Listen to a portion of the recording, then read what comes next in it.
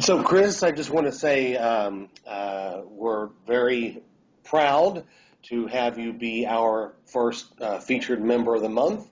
Your blogs are excellent. So, to get started, tell me a little bit about yourself. What's your job title? What's the name of your company? Um, Great. Thanks. I appreciate it too. It's an honor. Um, I'm a lead consultant with Best Methods uh, under Scott Hooks. He's our owner of the company. I've been with Best Methods for a little over a year now. It's been going really well. Pretty much do anything IBM Lotus related, Notes, Domino, Connections, same time. I started out with Notes back in 2002. Actually, we started with R6. Went right after that came out, I guess in October of '02, at the company I was with, a telecom company, and moved all our users over from POP-based email using Eudora. That was quite I an. I remember Eudora. You remember Eudora, right? Yeah. All the good stuff within it. Well, previously with that, I had been working mostly on AS400 iSeries as an administrator, and we ran our Domino environment on that. Created a ton of apps at that company. They've switched to Exchange since I've left, and most of their apps pretty much are still on Domino. So they haven't been able to do much conversion there. Where are you physically located? I'm located just outside of Atlanta, Georgia. I lived in Atlanta for a while. Okay, great. So, how did you get started with Notes, Domino, and collaboration solutions? Kind of like I said, we just decided we needed, actually, at the company I was with, we needed to have a workflow solution. So we looked around at a lot of different options and actually decided to go with IBM Workflow and also to do some custom apps with another consulting company that did some really good apps for us. And we kind of figured that since Notes and Domino was really a great product, great solution for workflow, that we just get email for free. So we kind of went down that route, and that got me started on that from just being a sysadmin to doing Notes and Domino, and then I did some development. We did the same time, worked with the Lotus workflow product, if you're familiar with that. Yeah, yeah. So, unless it's proprietary, can you tell me about any projects that you're currently working on? Currently working on a project with a customer to implement pretty much fully clustered, high availability, same time environment, meetings, proxy server, community servers, pretty much going at it with that, using WebSphere Edge for the load balancer. Been working on other products, or been working with connections with another customer, did an upgrade actually from 2.5 to 4.5, so that was a interesting upgrade path. Ran into some fun issues with 32-bit compatibility and all, so it was good. Yeah. And the latest blog post, the Mailum user migration tips, that was kind of part of some things I had learned over the years, as well as a big project I was with another customer on for 9 months last year. So. Well, all right. Speaking of your blog post, your letter C caught me, where you discussed why emails look unread on a new server. Can you elaborate that a bit? Maybe give me some details on exactly where the settings are that you mentioned that will remedy this.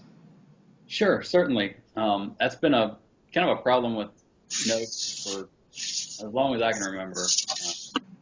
Really since they introduced unread marks. IBM's always, adding fixes to that, trying to make that better, and they've come a long way. I mentioned new settings in that kind of came out in 6.56, 7.03, and 8.0. The admin P exchange all unread marks. Mm-hmm. I've got a link to that in my post as well. And there's some options you can do with replicas as well. You have to have clients that are at those levels.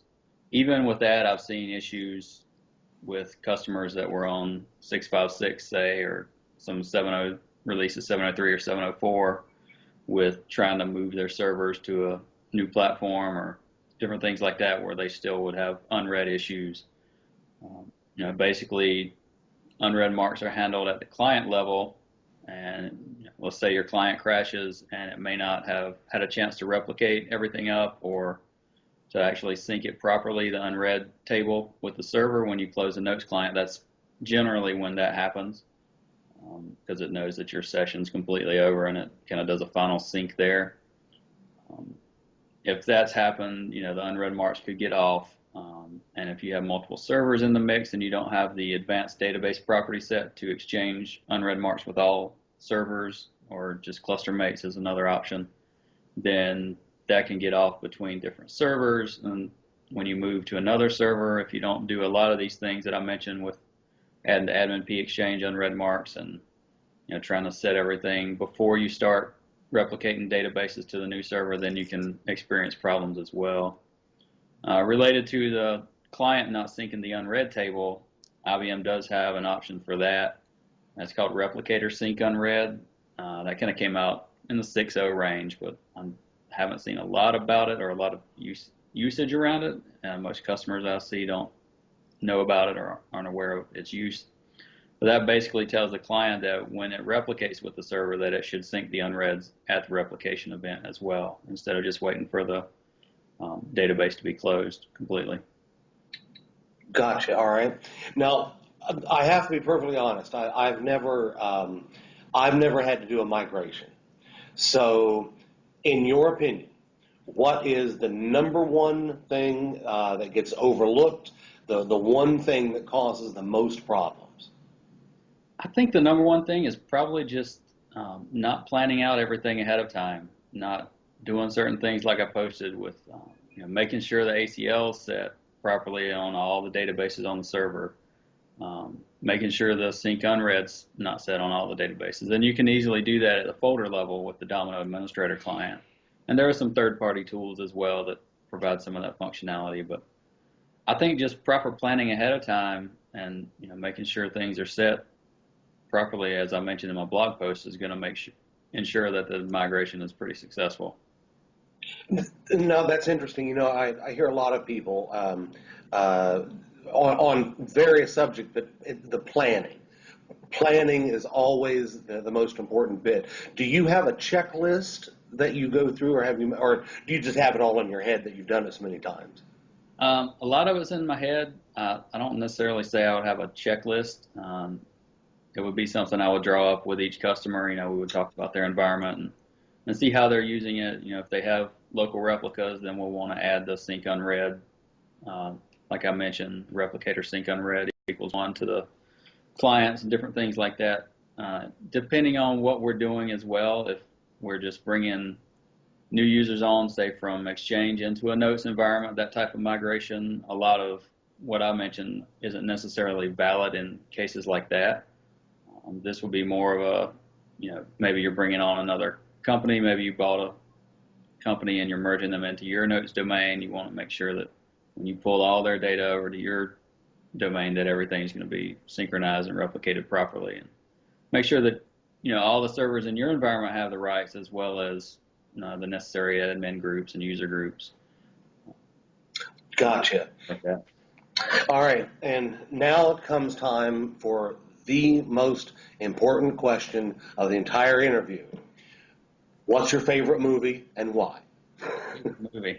Got to admit, growing up in the 80s, I was definitely a Star Wars guy. Not crazy into it like a lot of people are, but definitely the first 3 episodes, 4 through 6, are definitely some of my favorite movies ever. If I had to nail it down to one, I might say Return of the Jedi, just because it kind of culminates everything that's happened up to that point. Luke, he didn't know his father before, and then he comes to find out his father's just really bad guy and has done a lot of bad things. But then in the end, he knew that there was good in his father, so he was able to work with him, and he finally in the end became good again. And the Jedi returned, and there were no more Sith. That's excellent. Now, I myself, I'm a big Trekkie, but I won't hold that against you. My best friend is a Star Wars guy, and we argue about it a lot.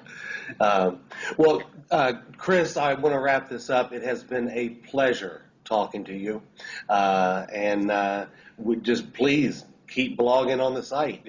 Your stuff is good to read.